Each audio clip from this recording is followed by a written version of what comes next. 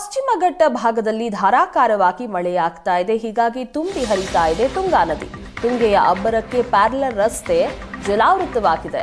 ಶೃಂಗೇರಿ ಮಠಕ್ಕೆ ಸಂಪರ್ಕಿಸುವಂತಹ ರಸ್ತೆ ಇದು. ಪ್ಯಾರಲಲ್ ರಸ್ತೆಯ ತಡೆಗೋಡೆ ಜಲಾವೃತ ಆಗಿದೆ. 3-4 ಗ್ರಾಮಗಳಿಗೆ ಪ್ರವಾಹದ ಭೀತಿ ಎದುರಾಗಿದ್ದು 3-4 ಹಳ್ಳಿಗಳಿಗೆ ನುಗ್ಗಿದೆ ನೀರು. ಕಾಫಿ, ಅಡಿಕೆ, ಭತ್ತದ ಗದ್ದೆಗಳು ಜಲಾವೃತ ಆಗಿದೆ.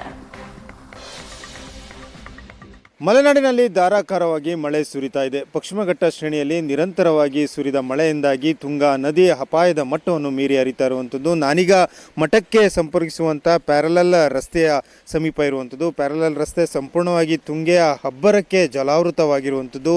ಇಲ್ಲಿಂದ ಮಠಕ್ಕೂ ಕೂಡ ಸಂಪರ್ಕಿಸುವಂಥ ರಸ್ತೆ ಇದಾಗಿರುವಂಥದ್ದು. ಹಾಗೆಯೇ ಇಲ್ಲಿ ಸರಿಸುಮಾರು 3-4 ಹಳ್ಳಿಗಳು ಕೂಡ ಬರುವಂಥದ್ದು. ಕುರುಬಗೆರೆ ಕೂಡ ಈಗ ಜಲಾವೃತವಾಗಿರುವಂಥ ದೃಶ್ಯವನ್ನು ಕೂಡ ಕಾಣ್ಬೋದಾಗಿರುವಂಥದ್ದು. ಗಾಂಧಿ ಮೈದಾನ ಈಗಾಗಲೇ ತುಂಗೆಯ ಅಬ್ಬರಕ್ಕೆ ಜಲಾವೃತವಾಗಿರುವಂಥದ್ದು.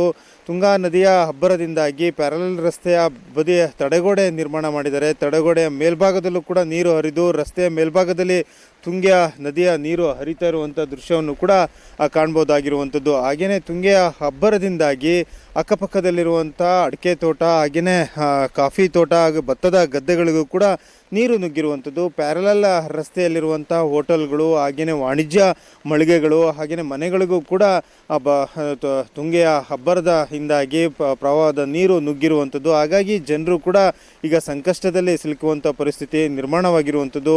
ಕೆರೆಕಟ್ಟೆ ಹಾಗೆಯೇ ಕಿಗ್ಗಾದಲ್ಲಿ ನಿರಂತರವಾಗಿ ಮಳೆ ಸುರಿದಂಥ ಪರಿಣಾಮವಾಗಿ ಅಪಾಯದ ಮಟ್ಟವನ್ನು ಮೀರಿ ಈಗ ತುಂಗೆ ಹರಿದಿರುವಂಥದ್ದು. ತುಂಗೆಯ ಅಬ್ಬರಕ್ಕೆ ಈಗ ಜನರು, ಸ್ಥಳೀಯ ನಿವಾಸಿಗಳು ಪರದಾಡುವಂಥ ಪರಿಸ್ಥಿತಿ ನಿರ್ಮಾಣವಾಗಿರುವಂಥದ್ದು.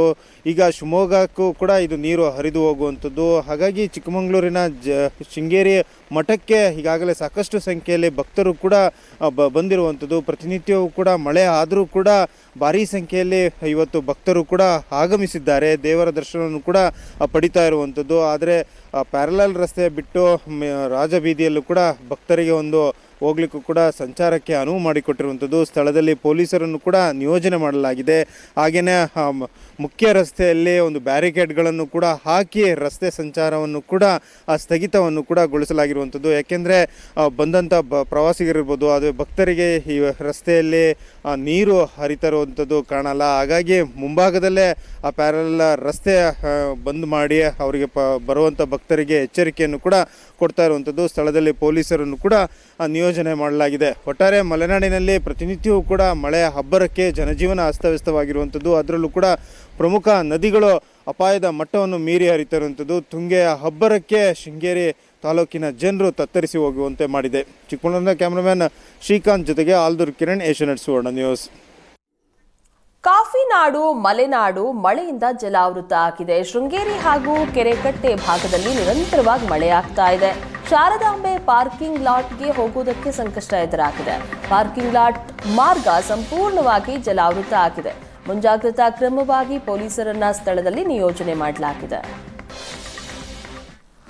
ಕಾಫಿನಾಡು ಚಿಕ್ಕಮಗಳೂರು ಜಿಲ್ಲೆಯಲ್ಲಿ ಮಳೆಯ ಅಬ್ಬರ ಮುಂದುವರೆದಿರುವಂಥದ್ದು. ಪಶ್ಚಿಮ ಘಟ್ಟ ಶ್ರೇಣಿಯಲ್ಲಿ ನಿರಂತರವಾಗಿ ಸುರಿಯುತ್ತಿರುವ ಮಳೆಯಿಂದಾಗಿ ತುಂಗಾ ನದಿ ಪ್ರವಾಹದ ಪರಿಸ್ಥಿತಿ ನಿರ್ಮಾಣವಾಗಿರುವಂಥದ್ದು. ನಾನೀಗ ಚಿಕ್ಕಮಗಳೂರು ಜಿಲ್ಲೆಯ ಶೃಂಗೇರಿ ದೇವಸ್ಥಾನದ ಸಮೀಪ ಇರುವಂಥ ತುಂಗಾ ನದಿಯ ಸೇತುವೆಗೆ ಅಡ್ಡಲಾಗಿ ಕಟ್ಟಲಾಗಿರುವಂಥ ತೂಗು ಸೇತುವೆ ಮೇಲ್ಭಾಗದಲ್ಲಿರುವಂಥದ್ದು. ಇಲ್ಲಿ ತುಂಗಾ ನದಿಯ ಪರಿಸ್ಥಿತಿಯನ್ನು ಕೂಡ ನೋಡ್ಬೋದಾಗಿರುವಂಥದ್ದು. ತುಂಗಾ ನದಿ ನಿರಂತರ ಮಳೆಯಿಂದಾಗಿ ಪ್ರವಾಹದ ಪರಿಸ್ಥಿತಿ ನಿರ್ಮಾಣವಾಗಿರುವಂಥದ್ದು. ಅಕ್ಕಪಕ್ಕದ ಅಡಿಕೆ ತೋಟ ಹಾಗೆಯೇ ಜಮೀನುಗಳಿಗೂ ಕೂಡ ತುಂಗಾ ನದಿಯ ನೀರು ನುಗ್ಗಿರುವಂಥದ್ದು. ಮುಂಜಾನೆ ಸುರಿದಂಥ ಮಳೆಯಿಂದಾಗಿ ಶೃಂಗೇರಿಯ ದೇವಸ್ಥಾನದ ಸಮೀಪ ಇರುವಂಥ ಗಾಂಧಿ ಮೈದಾನದಲ್ಲಿರುವಂಥ ಪಾರ್ಕಿಂಗ್ ಲಾಟ್ಗೂ ಕೂಡ ತುಂಗಾ ನದಿಯ ನೀರು ನುಗ್ಗಿತ್ತು. ಹಾಗಾಗಿ ಕೆಲಕಾಲ ಪಾರ್ಕಿಂಗ್ ಅನ್ನು ಕೂಡ ಸ್ಥಗಿತಗೊಳಿಸಲಾಗಿತ್ತು.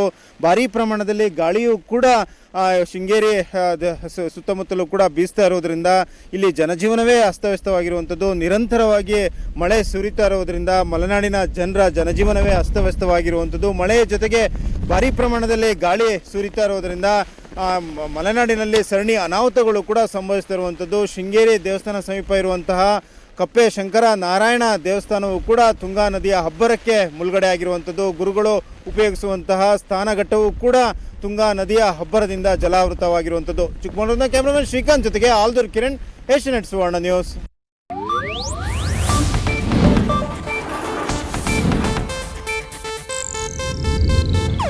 ಇದು ಏಷ್ಯಾನೆಟ್ न्यूज नेटवर्क प्रस्तुति।